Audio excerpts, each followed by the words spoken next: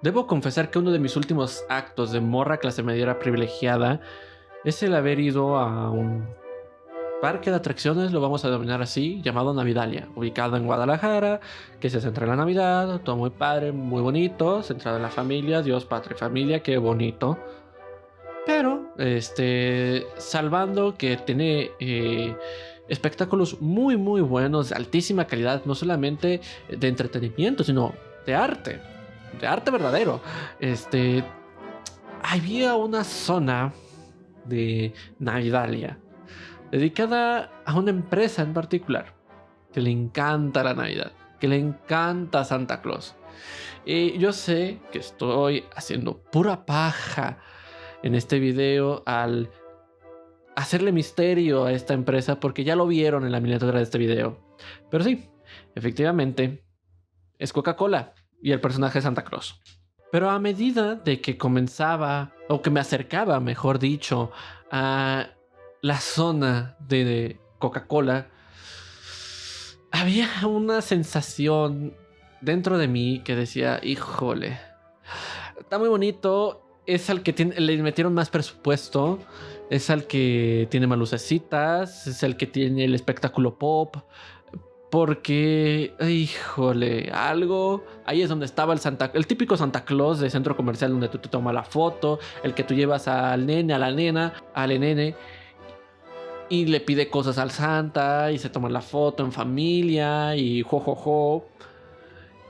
Y te acercas al árbol gigantesco que hay, un escenario donde obviamente Coca-Cola, ¿no? Los colores de la empresa, el rojo, que empezamos a asociar el rojo a la Navidad por quién sabe cuál razón. Y empezó el espectáculo musical. Y para empezar, los músicos no eran extranjeros. Había otro show con un coro profesional y orquesta extranjeros.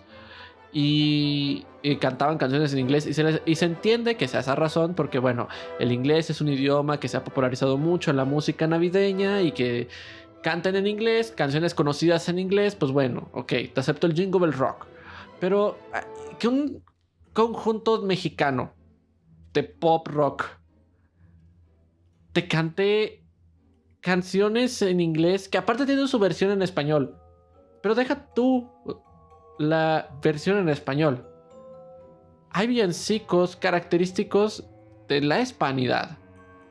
Es decir, tenemos la Marimorena, tenemos los peces en el río, etc. Música que no suele escucharse en inglés, realmente dudo que tengan una versión en inglés, pero por lo menos en México se manejan mucho estos villancicos y se cantan en español. No se cantan en inglés, en alemán, en italiano, en francés, no, en español. Y vaya que hay discos de artistas españoles noventeros que tenían por kilos estas canciones en español. Y yo dije en mi interior, a ver, hemos asociado la Navidad, sí, a Jingle Bell Rock, a White Christmas o Blanca Navidad, porque también tenemos artistas como Luis Miguel que han hecho sus versiones en español. Y híjole, yo decía, ¿por qué está en inglés? O sea, estamos en México. Aquí la mayoría de la gente no habla fluido inglés y prefiere las canciones en español, o eso pensaba, o eso pensé en ese momento. Prefiere en español las canciones, sobre todo en Navidad, que es una época, que es una temporada donde piensas mucho en tu identidad familiar, en tu identidad comunitaria. Y la familia habla español por lo general. Y al final del acto nos pidieron que alzáramos la mano para la paz, porque el árbol se iba a encender por la paz. Y de verdad me va a venir a decir Coca-Cola que lo que desea es paz, que lo que desea es amor, que lo que desea es una Navidad en familia. De verdad, de Coca-Cola Company me va a venir a decir eso. No podía evitar pensar estoy en un acto de propaganda del más cochino de Coca-Cola Company. Y entonces me entró una duda obvia con una respuesta tan evidente, pero que me va a servir para dar obertura a este pequeño videoensayo. Realmente yo era objeto de propaganda y de manufactura del consentimiento por parte de Coca-Cola Company y del capital en general.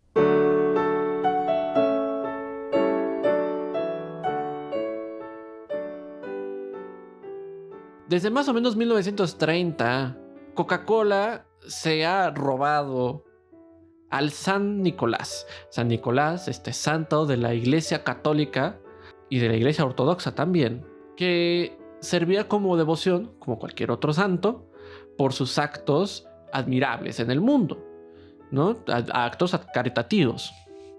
Sin embargo, Coca-Cola Company, justo después de la Gran Depresión, habló de las fiestas de 1930, de la temporada navideña de 1930, un año después del crack de la Gran Depresión. Pues Estados Unidos y Europa se encontraban en un momento económico, gracias a esa causa, muy precario. Y esto es algo que vamos a recalcar mucho en este videoensayo. Todo es propaganda. Y en esa misma calidad debemos de tomar todo lo que se nos viene a los ojos. Porque todo, incluso este video, es parte de la propaganda del capitalismo y de la democracia. Santa Claus se convirtió en 1930 en la mascota de Coca-Cola. Quien me diga que no es una mascota, que venga y que me explique entonces qué es una mascota y qué es Santa Claus para Coca-Cola. Porque cada Navidad, Santa Claus aparece tomándose una Coca-Cola, diciendo Feliz Navidad, con los colores de la empresa. Santa Claus antes de esto, pues tenía los hábitos de un clérigo de la Iglesia Católica. No era un señor barbón, anciano, con traje rojo, con media apariencia nórdica, que se chinga una Coca-Cola cada Navidad. Porque a lo mejor eso es lo que le da energía para entregar regalos por todo el mundo en una sola noche. Yo no lo sé. Y de la nada tenemos que la Navidad sin Santa Claus y sin Coca como que medio está incompleta. A lo mejor para las personas que viven una Navidad un poco más tradicional, primero que nada, mis felicitaciones por resistirse al arrollamiento de las tradiciones religiosas del capitalismo. Y en segundo lugar, les felicito por no tomar Coca-Cola, porque no sé por qué no verían en otra circunstancia a Santa Claus tomando Coca. Entonces retomamos esta duda que dio abertura a este video ensayo. Somos, al menos las personas que vivimos en Occidente. Todo lo que a Estados Unidos le encanta decir Occidente, vamos a incluir aquí también Latinoamérica, aunque no nos incluyan en Occidente. Bueno, Occidente y Latinoamérica. El sur global, aunque tampoco es tan sureño el sur global, pero bueno. Los países que fuimos alguna vez colonizados por Europa y Europa, realmente vivimos la Navidad como un acto de propaganda. Repito el caso de la gente que vive una Navidad más tradicional, más orientada a lo religioso. En ese caso, creo que para al menos los intereses del capital no es tan propagandística. Sí tiene propaganda, pero no tanta. Yo hablo de la Navidad de Santa Claus chingándose una coca. Esa Navidad en la que tú te vas al supermercado de tu preferencia, te vas a el centro comercial de tu preferencia o al tianguis de tu preferencia y compras por montones regalos, compras por montones cosas que ni siquiera necesitas, ni siquiera sabes si quieres, pero están ahí y las puedes comprar. A veces sin intereses, pero las puedes comprar. Y tienes aguinaldos, o sea, ¿por qué no comprarías? Te dieron dinero extra porque finalizó el año, porque viva Navidad, porque viva Dios, porque viva Santa Claus. ¿Realmente quién se acuerda de que la Navidad se trata del nacimiento de Jesús? Sería interesante abordar una encuesta sobre esa situación. La respuesta corta es que sí, todo es propaganda, todo es propaganda. Pero ¿para quién es esa propaganda? ¿Por qué esa propaganda? ¿Por qué necesitan propaganda? Oye, déjenme mi vida en paz, déjenme pensar. Exactamente. Te están dejando que creas que piensas. He hablado de un concepto, de un verbo, la manufactura. Del concepto, la manufactura del consentimiento en este video. Es importante revisar qué es la manufactura del consentimiento acompañada de otro ejemplo que es muy reciente, por eso me metí a hablar de este tema. Discúlpenme, de Maduro. Vamos a hablar del secuestro de Nicolás Maduro, el ilegítimo presidente de Venezuela. Noam Chomsky y Edward S. Herman conceptualizaron la manufactura del consentimiento allá por la década de los 70s. ¿Y por qué estoy hablando de conceptualizaciones de fenómenos sociales y económicos de hace 50 años? Porque son extremadamente vigentes. Eso es lo preocupante. Que funcionó también, que medio siglo después sigue funcionando. La manufactura del consentimiento no es otra cosa que el recurso que emplean las democracias. Pongo entre comillas democracia, porque yo no considero que la democracia sea un modelo político y social realmente existente en los estados-nación de este mundo. Creo que la democracia nunca se ha llevado puramente a la práctica, sino que llevamos regímenes autoritarios muy bien disfrazados de democracias. Ya se me iba a salir dictaduras. ¿Ven? Es este recurso que utilizan las democracias para hacer creer a sus gobernados que eligen a sus políticos, que eligen las políticas que se hacen y que tienen el control sobre ellos. Es decir, Chomsky plantea que el 80% de la población es la manipulable. La gente que pasivamente recibe de los periódicos, de las redes sociales, hoy en día, en los 70s, pues obviamente no. Pero vamos a decir medios de 1970, para no confundir. Periódicos, televisión y radio y propaganda física que la reciben pasivamente y no cuestionan mucho o nada lo que se les dice, y es tan intensivamente, pero a la vez tan disimulada, que te hacen creer que tú tuviste la brillante idea de coincidir con el político de turno, con la ideología de turno. El otro 20% son estos actores que tienen injerencia en esta manufactura del consentimiento. Pensadores, políticos, capitalistas, etc. Agentes del poder. Agentes que tienen un cierto poder sobre la narrativa general de las cosas. Y esta narrativa general de las cosas lo cubre todo. Desde mi video, que te va a hablar de la manufactura del consentimiento y que incluso podrías pensar que va en contra del sistema, yo soy capaz de publicarlo porque encabe perfectamente en este sistema. Hasta el video más libertario y más funcional estéticamente al sistema democrático. Es decir, todo lo que tú puedes encontrar hoy en el internet, antes en otros medios, es porque ese 20% del cual todo el mundo creemos que somos de ese 20%, que creamos ideas, que las cuestionamos y que las manufacturamos y luego divulgamos a todo el mundo, en realidad no es así.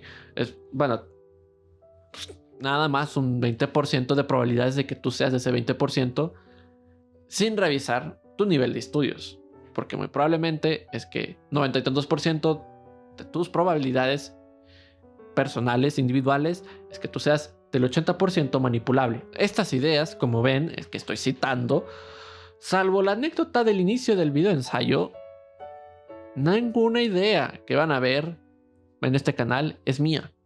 Todas, a lo mucho, son sintetizaciones de ideas ajenas, que vi en libros, que vi en revistas, que vi en otros videoensayos. En algún lado vi. En algún lado me enteré yo de manufactura del consentimiento. Me leí el libro en un PDF porque no tengo acceso económico a comprar libros cuando se me antoja. Y adopté, o te estoy sintetizando, las ideas de Noam Chomsky y Edward Herman. Y te vengo a plantear a ti la idea de que tú estás siendo manipulado y que usted, espectador, tú, en este momento estás siendo influenciado por lo menos mínimamente por mí. Así, sin rodeos. Yo ahorita te estoy manipulando porque te estoy presentando una idea que yo considero de una forma convincente para hacerte pensar, hacerte creer que existe una manufactura del consentimiento, así como lo hicieron conmigo, así como lo hicieron con una cadena innumerable de personas que conduce hasta Noam Chomsky y Edward S. Herman. Ahora, esta manufactura del consentimiento no siempre es consciente. La idea de que Santa Claus es parte vital de la Navidad, siendo de que realmente dentro del mundo católico, del mundo latino, celebramos más la parte, en teoría, religiosa. Sí celebramos y hacemos fiesta, pero primero está la religión, primero está el asunto de celebrar el nacimiento de Jesús. ¿Por qué Santa Claus nos es tan incondicional, tan relevante en la Navidad?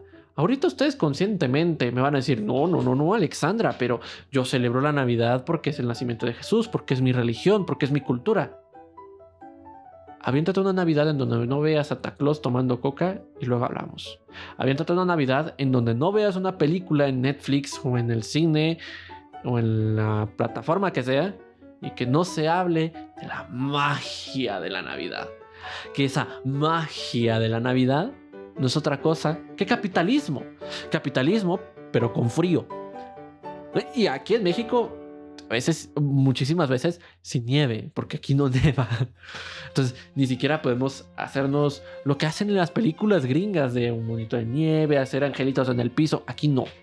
Aquí eso se hace con smog. Ahora, ¿qué diablos tiene que ver Coca-Cola, Santa Claus, con Nicolás Maduro, con 21 cambios de ropa, siendo trasladado en un montón de horas o soltando la información cada un montón de horas en un vuelo que debería ser de poquitas, de Caracas a Nueva York? Para quien viva debajo de una piedra, yo sé que todo el mundo se enteró, pero siento el remordimiento para la gente que vaya a ver este video en el futuro. El 3 de enero de 2026 fue detenido Nicolás Maduro.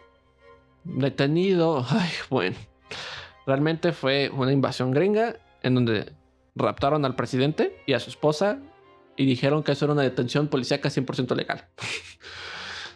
Miren, esto de las leyes internacionales, el derecho internacional, siempre fue manufactura del consentimiento de Estados Unidos para hacer lo que quería, pero que se viera bonito. Nada más que Donald Trump no le gusta esa estética. A él le gusta venir como el bully de la escuela a darte tu madrazo sin avisar, como lo hizo con Maduro. Y eso que avisó un montón. Pero ¿cómo fue posible? El derecho internacional es un país soberano. Sí, era un dictador, pero lo tenía que hacer el pueblo. Lo hagan el pueblo y luego arrastras el dinero y resulta que era Estados Unidos u otra superpotencia. Es decir, las cosas no se dan en el vacío. Las cosas siempre tienen un porqué. Y ese otro porqué tiene otro porqué. Y ese otro porqué tiene otro porqué. Y así sucesivamente. Es decir, todo tiene una causa última.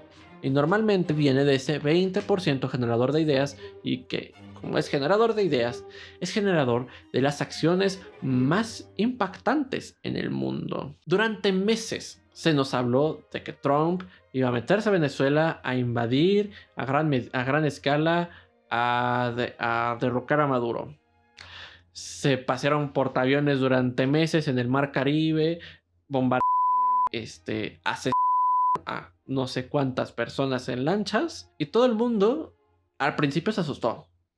Pero pasando las semanas, la gente lo ignoró. Y el 3 de enero no es que tuviéramos que fingir sorpresa, es que este 80% que yo les estoy diciendo, nos sorprendimos. Porque estábamos en Feliz Navidad, estábamos en Año Nuevo, estábamos en vísperas del 6 de enero. Y ¡paz! Maduro secuestrado. Y aparte sumemos que en México hubo un sismo importante en Guerrero, que se sintió también en la Ciudad de México. Y que aunque el sismo y el epicentro se dieron en Guerrero, como fue durante la mañanera de la presidenta, todo el mundo le hizo caso a ver cómo reaccionaba Claudia Sheinbaum ante un sismo. Pues perdónenme, la nota era de que Claudia Sheinbaum tuvo que interrumpir su conferencia matutina porque tembló. Ya luego nos hablaron de que se derrumbaron un montón de casas en Guerrero, de que falleció lamentablemente gente. Pero la doctora Sheinbaum tuvo que heroicamente interrumpir su matutina, su conferencia matutina porque tembló. Los periodistas tenían que salir corriendo y dijo: con calma, con orden. Durante meses, Trump, no solamente a Maduro, a los mexicanos y a un montón de gente nos ha dicho mil y un cosas. A los mexicanos les dijo bad hombres y un montón de cosas innombrables en esta plataforma. Y a Maduro le dijo, pues otra cosa que no puedo decir, pero que aquí aparece censurada porque se enoja don YouTube que no le gusta que hablemos de temas serios. Maduro se lo acusan de estas cosas y la gente dice, ok, es un dictador, podría ser, o los pro-maduristas, pro-chavistas.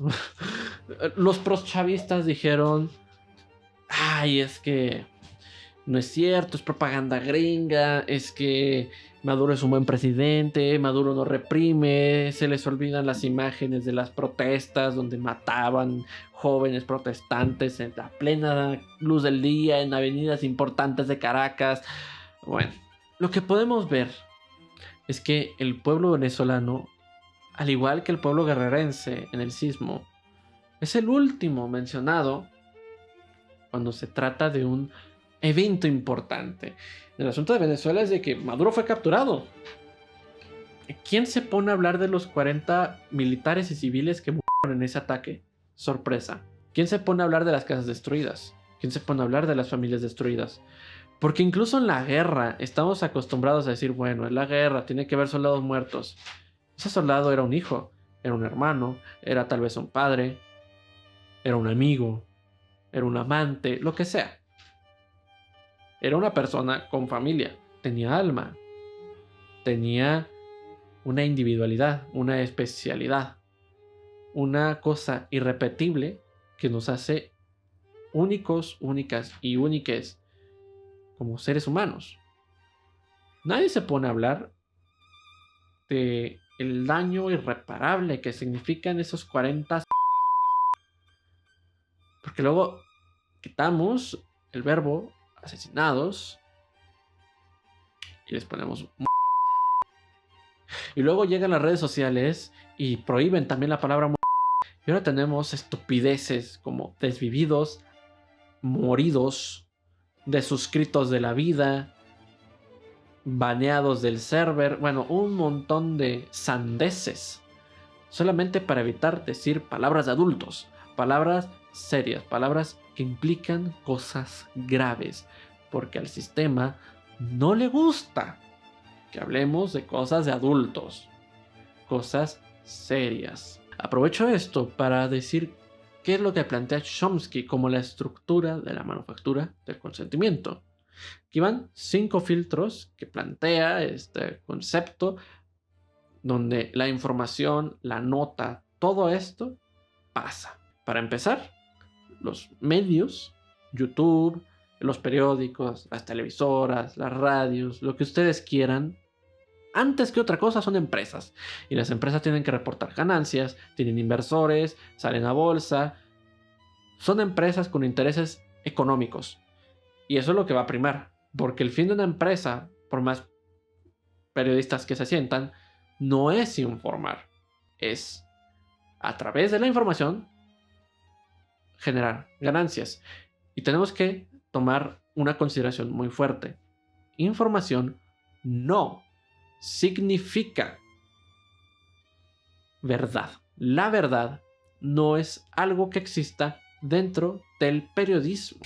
La verdad, en caso de que se dé a media nota, en caso de que suceda accidentalmente de que se dijeron cosas verdaderas o cosas parecidas a la verdad, fue por mero accidente, porque lo que se busca es que a través de esta información se generen ganancias. Por eso existe el amarillismo. Por eso yo pongo los títulos que pongo, porque antes que otra cosa hay que comerciar con tu atención, con tus datos personales, que esas son las cookies, y con tu tráfico en red. Porque ¿por qué otra razón el internet sería gratis? Es decir, sí, pagas tu servicio de conexión a internet, pero una vez conectado o conectada a internet, te dejan entrar gratis a Google, te dejan entrar gratis a YouTube, te dejan entrar gratis a un montón de cosas, a los medios de comunicación, sin mucho problema. A lo mejor te ponen anuncios, pero es tan fácil ponerle un bloqueador de anuncios que también es gratis. Tienes libre acceso a un mundo de cosas que es carísimo de sostener. Es carísimo tener servidores de internet. ¿Cómo por qué serían gratis? Porque a la hora de tú, que eres sujeto de la manufacturación del consentimiento, por un lado, crees que tus ideas son tuyas y luego el político o el empresario de turno tiene ideas y tú crees que tú coincides con esa persona. cuando no es así. Por el otro lado, se aprenden tus patrones de comportamiento, patrones de consumo, y con eso venden tus datos. Tu perfil de comportamiento es vendido a empresas para que te puedan vender cosas que sean a la medida de tus gustos, a la medida de tu consumismo. Hablando de los anuncios. Los anuncios es el segundo gran filtro. Como dije, ¿por qué sería gratis que tú tengas acceso a periódico tal en digital? A lo mejor es parcial, pero sigues teniendo acceso a lo más importante. ¿Por qué es gratis? Porque los verdaderos clientes de cualquier cosa, hoy por hoy, son los anunciantes. Son otras empresas que buscan tus datos para venderte cosas. Y vamos al tercer filtro, la élite mediática.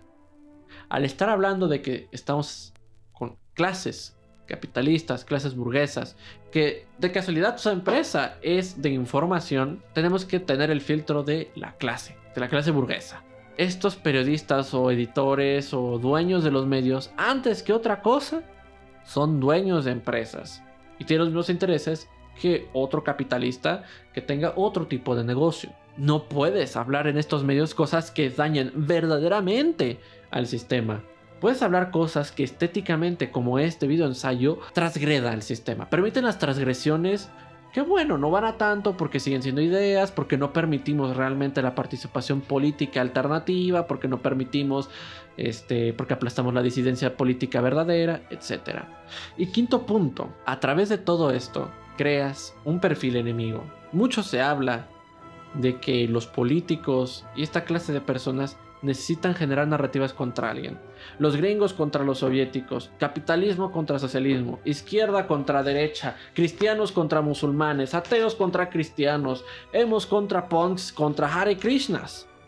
Como decía el proverbio latino, divide et impera. Si tú tienes a este 80% de la población bien encabronada, a veces entre sí mismos, a veces contra otro movimiento político, otro país, otra sociedad, o cosas inexistentes, como el electrolit, tú no te tienes que preocupar porque se den cuenta que tú haces cosas que a lo mejor no le convienen a esa gente, que te apropias de su dinero, que haces obra pública nada más para lavar dinero, para desviar fondos. Tú lo que necesitas es decir, la mafia del poder. Tú lo que necesitas decir es comunismo. Grita comunismo en una sala y todos saldrán corriendo a buscar sus billeteras. No se les vaya a robar un comunista, roba niños, el diablo. Si tú creas un enemigo, creas la solidez social alrededor de ti y alrededor de lo que quieres. Esto los romanos lo sabían desde entonces.